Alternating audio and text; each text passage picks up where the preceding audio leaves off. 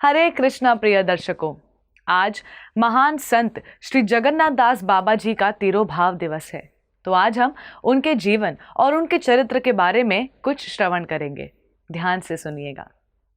ओम विष्णुपाद श्री श्रीमद जगन्नाथ दास बाबा जी महाराज इस दुनिया में लगभग 1750 ईस्वी में मायामन सिंह जिले के तंगेल उपखंड के एक दूर दराज के गांव में प्रकट हुए थे, जिसे अब बांग्लादेश के नाम से जाना जाता है।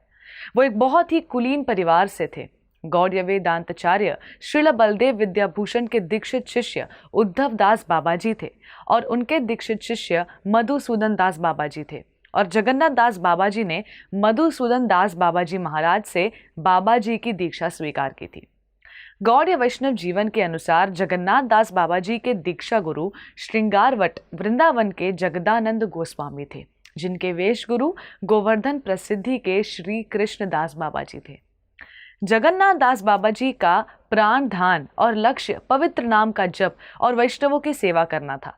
हालांकि बुढ़ापे में वो लगभग 2 गुने झुक गए थे, फिर भी कीर्तन के समय उनका शरीर 6 फीट से अधिक बढ़ जाता था और उनकी शक्ल श्री चैतन्य महाप्रभु की नृत्य करती हुई आकृति जैसी हो जाती थी। उनके पसंदीदा शिष्य भगवत दास बाबा जी थे, जिन्होंने उनसे बाबा जी की दीक्षा स्वीकार की थी। गौर किशोर दास बाबा जी ने श्रील भगवत दास बाबा जी महाराज से बाबा जी की दीक्षा ली। श्रील जगन्नाथ दास बाबा जी के निजी सेवक और शिष्य श्री बिहारी दास बहुत मजबूत और शक्तिशाली थे। जगन्नाथ दास बाबा जी महाराज की अधिक उम्र के कारण वो चल फिर नहीं सकते थे। श्री बिहारी उन्हें बांस की टोकरी में अपने कंधे पर बिठाकर हर जगह ले जाते थे। बुढ़ापे में भी बाबा जी चातुर्मास्य तक चलने वाले वर्षा ऋतु के व्रतों का सख्ती से और नियमित रूप से पालन करते थे। पहले महीने में वो हर दिन शाम को केवल 4 केले खाते थे। दूसरे महीने में वो केवल अमरूद ही खाया करते।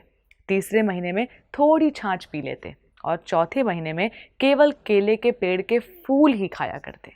एक बार वो अपने जप को शुद्ध करने के लिए ऋषिकेश गए, जिसमें परशुरण नामक शुद्धिकरण अभ्यास का प्रदर्शन शामिल था।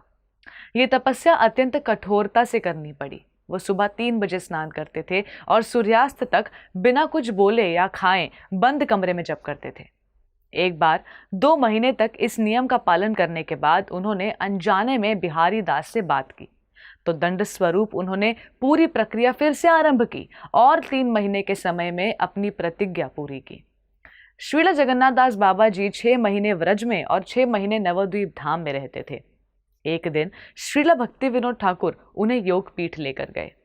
बाबा जी के शिष्य ने उन्हें टोकरी में उठाया था, क्योंकि हम जानते हैं वे चल भी नहीं पाते थे। किंतु महाप्रभु चैतन्य के जन्म स्थान पर पहुंचते ही जगन्नाथ दास बाबा जी टोकरी से कूद गए और जोर जोर से उछलने लगे। तब श्रील भक्ति विनोद ठाकुर को आश्वासन मिला कि यही वही भूमि है जहां महाप्रभु का जन्म हुआ था। गौड़ीय वैष्णव जीवन के अनुसार 146 वर्ष की आयु में जब वो राधा कुंड से नवद्वीप की यात्रा करने वाले थे, तो कई ब्रजवासी और अन्य वैष्णव उनके पास ये पूछने के लिए गए कि वो इतनी अधिक उम्र में ब्रजधाम क्यों छोड़ रहे हैं। अत्यंत विनम्र और अत्यधिक उदास मनोदशा में उन्होंने उत्तर दिया, आप सभी यहाँ ब्रजधाम में रह सकते हैं क्योंकि आप सभी शुद्ध वैष्णव हैं। मैं बहुत आक्रामक हूँ और इसलिए नवद्वीप में रहना मेरे लिए बेहतर है। उनके इष्ट देव श्री श्री गौर निताई किसी के अपराधों को नहीं गिनते, क्योंकि वे सभी अपराधों को मुक्त करने के लिए प्रकट हुए हैं। लेकिन यहाँ व्रजधाम में अपराधी की गिनती की जाती है और उनकी प्रतिक्रियाओं को सख्ती से लागू किया जाता है। इसलिए वे नवद्वीप में वास करना चाहते थे।